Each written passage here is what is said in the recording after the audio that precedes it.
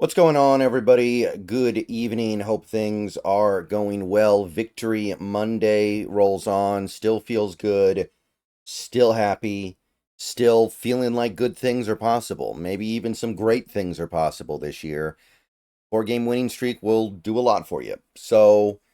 I hate to bring the mood down at all with a little bit of potentially bad news, but we do have to talk about one thing that has kind of emerged over the last few hours from Seahawks world.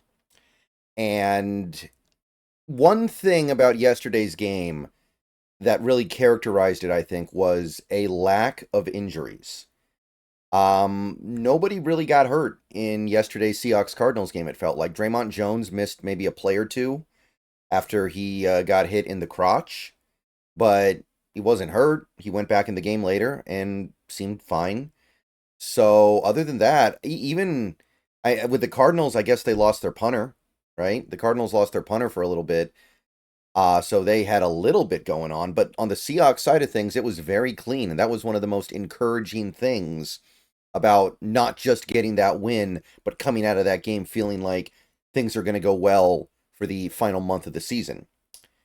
So that's why you didn't see a video earlier today going through injury updates, because we really didn't have them because people didn't get hurt. But we did have one major injury that was lingering from a previous game that we didn't have a lot of clarity on, that we now have a little bit of clarity on. And unfortunately, the clarity that we got is still not very clear. And if there is anything to take away from what we have heard today, it's that this could be an extended process. I don't want to commit to anything too down, but this was not what I was hoping to hear concerning one Ken Walker. So Greg Bell has this tweet from a few hours ago. Mike McDonald says Kenneth Walker's issue is his calf now, not the ankle. So, okay, that sounds good, but it sure sounds like they don't really know what's going on there, and they don't have a great feel for whether or not he's going to be back soon. The Seahawks are sending him for more tests as we speak. They should know more about how much longer their lead running back may remain out. The grammar in this tweet's a little bit all over the place, but I believe that's the general gist here. The gist is that they don't know. And honestly, given the fact that he was initially questionable going into this game, I thought maybe they did know. I thought maybe they were like, oh, he'll be back for the next game. Now I'm not so sure. Condotta wrote an article in the Seattle Times a little bit ago about this as well. It's behind a paywall, of course, but the general idea is that they don't know. It's unclear when running back Ken Walker will practice or play again after he missed the Arizona game. So if you read through the tea leaves here, it's clear this isn't they don't have a timetable. And I mean, he could miss one more day of practice and then be back and everything's fine. He could miss several more games. He could not come back until the playoffs. It even sounds like there is some possibility where his season's done. So they weren't able to offer any real assurance here of when he would be back. And while I don't think he's going to miss the rest of the season, I do think there's now a real possibility of him missing this upcoming Green Bay game and maybe even the Minnesota game. I think that's become pretty realistic at this point. We're here 6 days before that game, right? And we don't know. And that's not a positive sign. And we know Ken Walker is a guy who will miss some time. This is a guy who's had a little bit of an issue with injuries so far in his pro career. Now, it's not anything out of line, I don't think, for a running back in the NFL. Most running backs are like this. They miss a couple games here and there. They get dinged up during the course of a season. But, yeah, not the encouraging words I was hoping to hear. And I know that some people out there are going to say, well, Charbonnet played so good on Sunday that who needs Walker? And look, Charbonnet played great, and Charbonnet is a really good player. And I'd even go so far as to say that, yes, there are some things that Charbonnet does better than Walker. I think Charbonnet's overall a better pass protector, and I think he's a better third down back in general. I do think he's a little bit of a better receiver.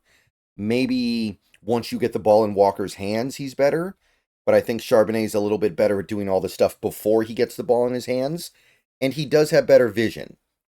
Walker is more elusive, he's faster, and I'd say ball security is probably equal. They're both really, really good at never fumbling the ball, so I don't think there's anything to be gained or lost there. So there are some things that Charbonnet does better, but I think that if you are going to be real about the two players, Walker is better.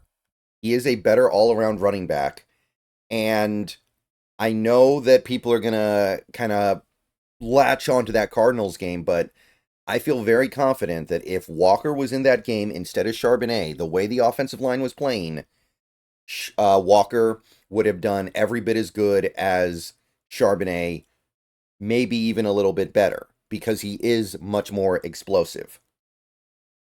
That's not to say that every play would have been better. That's not to say that every play would have been as productive or as, he might have not grinded out as many tough yards, but he probably could have gotten more yards on some of the breakaway plays.